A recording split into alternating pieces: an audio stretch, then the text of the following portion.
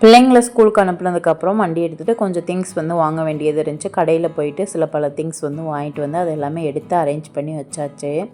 இன்றைக்கி வெனஸ்டே பிள்ளைங்களுக்கு ஏதாவது வந்துட்டு செஞ்சு கொடுக்கலாம் அப்படின்னு சொல்லிட்டு என்ன வேணும் அப்படின்னு சொல்லி கேட்டேன். மட்டன் தான் வேணும் அப்படின்னு சொல்லியிருந்தாங்க. எனக்கு என்னமோ மீன் குழம்பு மீன் ஃப்ரை வந்து சாப்பிடணும் போல் ஆசையாக இருக்குது.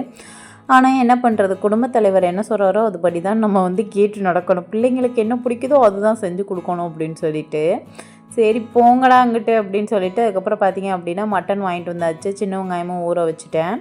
அதோடு பார்த்திங்கன்னா ஈரல் கொஞ்சம் வாங்கிட்டு வந்திருந்தேங்க பிள்ளைங்களுக்கு. சாதம் வடிக்கலான்ட்டு போனால் அரிசி வந்து காலி ஆயிடுச்சு. அதை வந்து கொட்டி ஃபில் பண்ணி வச்சுட்டு அதுக்கப்புறம் சாதமும் வந்துட்டு சைட் பை வந்து வைக்க ஆரம்பிச்சிட்டேன். காலையில் விளக்குன பாத்திரம் இருந்துச்சு, அதெல்லாம் எடுத்து அரேஞ்ச் பண்ணிவிட்டு அதுக்கப்புறம் பார்த்திங்க அப்படின்னா 2வது செட்டு பாத்திரம் வந்துட்டு விளக்க வேண்டியது இருக்குது. ஹஸ்பண்ட் வந்து ஃபோன் அடிச்சுட்டு என்ன பண்ணுற அப்படின்னா இந்த வீட்டு வேலை பார்க்குறேன் அப்படின்னு சொன்னால் வீட்டில் பார்க்குறதெல்லாம் வேலையா அப்படின்னு சொல்லி கேட்குறாரு. இதுக்கு நீங்கள் என்ன சொல்கிறீங்க அப்படின்னு சொல்லிட்டு மறக்காமல் கமெண்டில் சொல்லுங்கள். ஆஃபீஸில் வேலை பார்த்தா தான் வேலை, வீட்டில் வேலை பார்த்தா வேலை கிடையாது. அது வேலை லிஸ்ட்லேயே வந்து சேர்க்க மாட்டாங்களாம். எப்பா என்னப்பா இப்படிலாம் வந்து பேசுகிறீங்க, எனக்கு வேறு மயக்கம் வருது, மேற்கொண்டு வெடிச்சிடும் அப்படின்னு சொல்லிட்டு பேசாமல் பொறுமையாக அதோட விட்டாச்சு. சரி சின்ன வெங்காயம் போட்டு சமைச்சோம் அப்படின்னா தான் டேஸ்ட் வந்துட்டு நல்லாயிருக்கும் அப்படின்னு சொல்லிட்டு உரிக்கிறேன் 1 மணி நேரமாக உரிச்சிக்கிட்டே இருக்கேன். எனக்கு மயக்கமே வர ஆரம்பிச்சிருச்சு.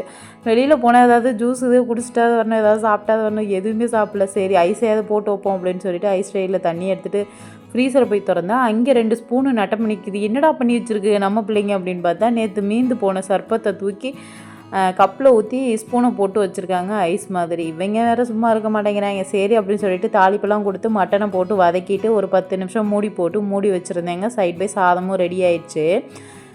ஓப்பன் பண்ணி பார்த்தா காவேரி ஆறு இங்கே தான் இருக்குது. அவ்வளோ தண்ணி, என்னடா எங்கிட்டு இருந்துடா அவ்வளோ தண்ணி வந்துச்சு அப்படிங்கிற மாதிரி. சரி அப்படின்னு சொல்லிட்டு தேவையான மசாலா தூள் எல்லாத்தையும் போட்டு எக்ஸ்ட்ரா தண்ணியை ஊற்றி மட்டனையும் வந்து வேக வச்சாச்சு. இன்றைக்கி மட்டன் வந்துட்டு அந்தளவுக்கு டேஸ்ட்டாகவே இல்லைங்க, சக்கை மாதிரி இருந்துச்சு, என்னென்னு தெரியலை. அதுக்கப்புறம் பார்த்தீங்க அப்படின்னா மட்டனோட ஈரலையும் வந்துட்டு சைட் பை வந்து தாளிப்பெல்லாம் கொடுத்து அதுவும் வந்துட்டு சைட் பை வந்துட்டு ரெடி பண்ண ஆரம்பிச்சிட்டேன்.